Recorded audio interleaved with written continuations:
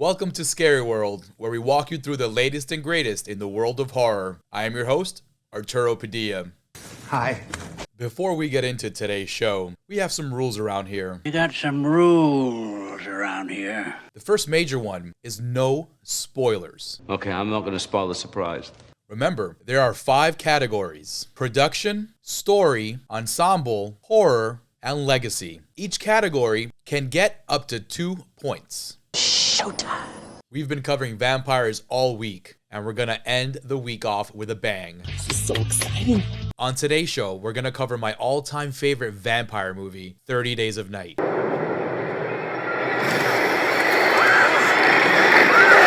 Per IMDb, the synopsis goes, after an Alaskan town He's from Alaska. is plunged into darkness for a month, Darkness, everybody! it is attacked by a bloodthirsty gang of vampires. I don't want to be a vampire. I'm a day person. Production. We have such sights to show you. This movie was directed by David Slade, who directed last year's super fun horror flick Dark Harvest. And prior to 30 Days of Night, believe it or not, he was a music video director. He directed music videos for AFI. He did Girls Not Grey. He did System of a Down's Aerials. He also did Stone Temple Pilots' Sour Girl, among other videos like Fatboy Slim video, as well as an Aphex Twin video. And that speaks highly to his visual style. There's a lot of fast editing here in this movie, a lot of quick cuts, but everything is shot beautifully. The shots are composed very well. There's very meticulous detail put behind every shot, so every frame looks just gorgeous. That's death approaching. They're tearing through everyone's home. There's solid color correction too on top of that because of the darkness and the use of the white snow and the way the blood comes in. The color looks fantastic. There's tight, coherent action shots all throughout the movie, quick cuts, quick edits, and it's done very, very well. The entire movie is executed brilliantly. Great use of camera shots here. There's this overhead shot of the town as it's going through the chaos, and it looks awesome. It looks like a really cool video game. Obviously, there's CG enhancements used in some of those scenes, but it looks very good. It's blended very well into the actual atmosphere and the reality, the grounded characters and the grounded world. Some of the snow looks a little clunky in 2024. Remember, this movie was made in 2007.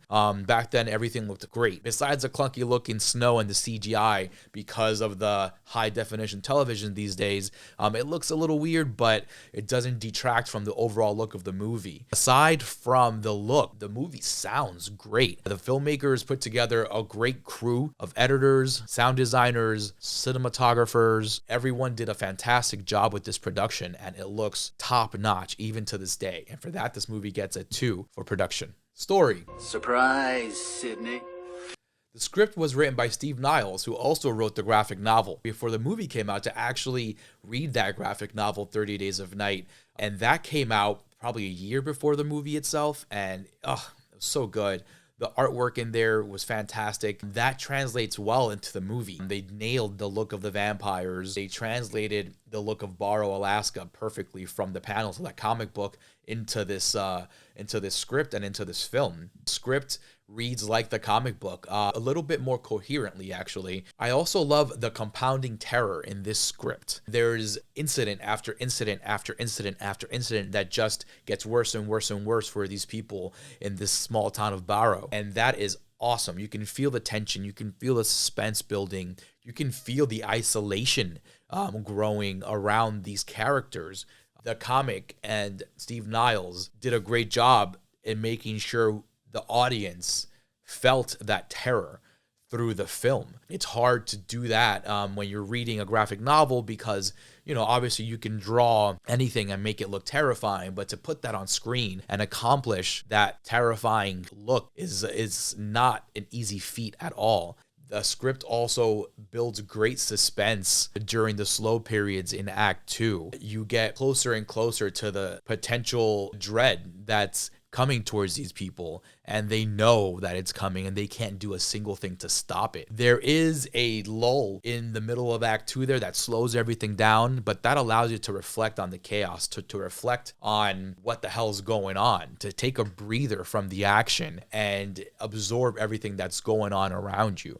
The script is great. I can't say that enough. Steve Niles did a great job at adapting his own comic book for the movies here. And for this movie gets a 2 for story. Ensemble. I'm married! This film had a great starring cast. Josh Hartnett, Melissa George, Ben Foster, Danny Houston. Those 4 actors absolutely killed it in this movie. This was Josh Hartnett's best movie by far. Peak Josh Hartnett. Danny Houston's portrayal of Marlowe, the main head vampire, is just eerie and haunting. I love the makeup they put on him, and we'll get into that in our next section. But Danny Houston was commanding every scene he was in. There wasn't much dialogue for him, but he had that look. And as mentioned, the makeup there really assisted that dreadful vampiric kind of just icy look that made him so awesome in this movie. Ben Foster, another blessing in disguise to Hollywood. He was fantastic. Ben Foster is awesome in everything he does. The dude's a great character actor. This is no different. He is the one that brings the vampires to the town. He's the one that cuts off Barrow, Alaska from the rest of the world here. And just his portrayal of this just skeezy, slimy slave to the vampires is just fantastic. He did a great job. Also, Melissa George, folks. We have an episode of The Morgue that we recorded back in 2020 during our final girl summer of just Melissa George and how awesome she is in everything she does. And here is no different. She helps elevate Josh Hartnett's performance as well when they're on screen. They have great chemistry together, and I wish we got more of it. I mean, there was no more to give, but it was so good that I wanted more of that chemistry. Melissa George is great. Josh Hartnett is great. Danny Houston is great. Ben Foster's great. The rest of the cast does a great job. They really get the movie. They really understand their roles and what they're trying to accomplish here. Everyone realized that they have to just show this incredible fear. There are vampires here? Vampires don't exist, Jake. And it comes through with every single character. And for that, this movie gets another 2 for ensemble. Horror. I thought it was kind of scary. Oh, the horror, folks. There's a lot of horror in this movie. It's scary, it's bloody, it's gory.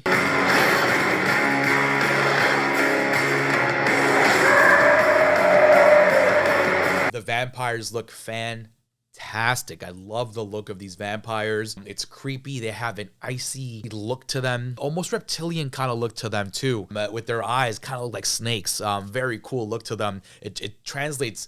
The look they had in the comic book translates very well to the screen. They did a great job with that. As mentioned, Danny Houston's makeup as Marlowe, as the leader, he has this very a silverish kind of makeup on his face that makes him look just cold-blooded, which is what he is as a vampire. This was a well-executed bloodfest. The gore is shot well. The violence is impactful. The violence is brutal. From start to finish, there's violence in this movie, and it's well done. It's well shot. It's well executed. I love the way everything is treated in terms of all the elements, the tension, the suspense, the blood, the gore, the horror itself is excellent. And for that, this movie gets a 2 for horror. Legacy. Well, what do you think? I love this movie. I said at the top of the show, this is my all-time favorite vampire movie.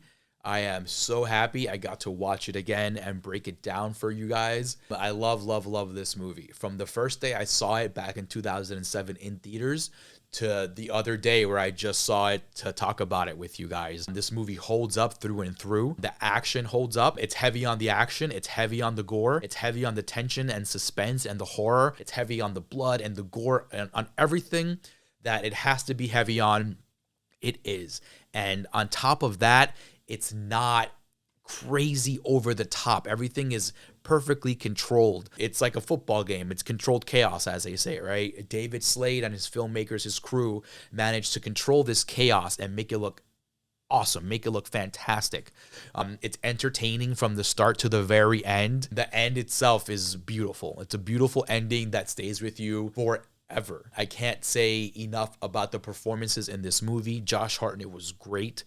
His best movie, Melissa George, is always a standout performance. Danny Houston killed it as the vampire. Ben Foster killed it as the vampire servant slave. This movie is great, and it holds up to the test of time. And for that, it gets a 2 for legacy. To tally it up, 30 Days of Night received a 2 for production, a 2 for story, 2 for ensemble, a 2 for horror, and a 2 for legacy, bringing its total up to 10. A perfect 10. This movie deserves every single point. I love this movie. I love the look. I love the violence in it. I love the vampire lore in it, and the story cannot get anything better than that when it comes to vampires. A town shrouded in darkness for 30 days. You can't get any better than that if you're a vampire. This is why this movie is fantastic, and as I said before, it holds up. Go watch 30 Days of Night anywhere you get your streaming. I know it's on Netflix right now. It's going to be there until the end of the month, and then from there on, go look for it somewhere else. Go buy it on DVD, go buy it on Blu-ray, go buy it on digital. Just go watch this thing. Can you tell me what time it is? And that's a wrap, folks. Thank you for watching Scary World. Don't forget to drop a comment down below, and don't forget to press the thumbs up and like the video. Most importantly, to subscribe to the channel. Tell all your friends about CorpseFeed. Let them know to come to our YouTube page, to subscribe, to like, to share. You can visit us anywhere there are social feeds. We are on Instagram. We are on Facebook, on Twitch, on TikTok, on Threads, on X. We are there. Go like over there. Go join us over there. Go tell all your friends. Come back next week and join us for a new episode on Monday. And remember, folks, it's a scary world out there, but we are here to walk you through it. I just wanted to say goodbye.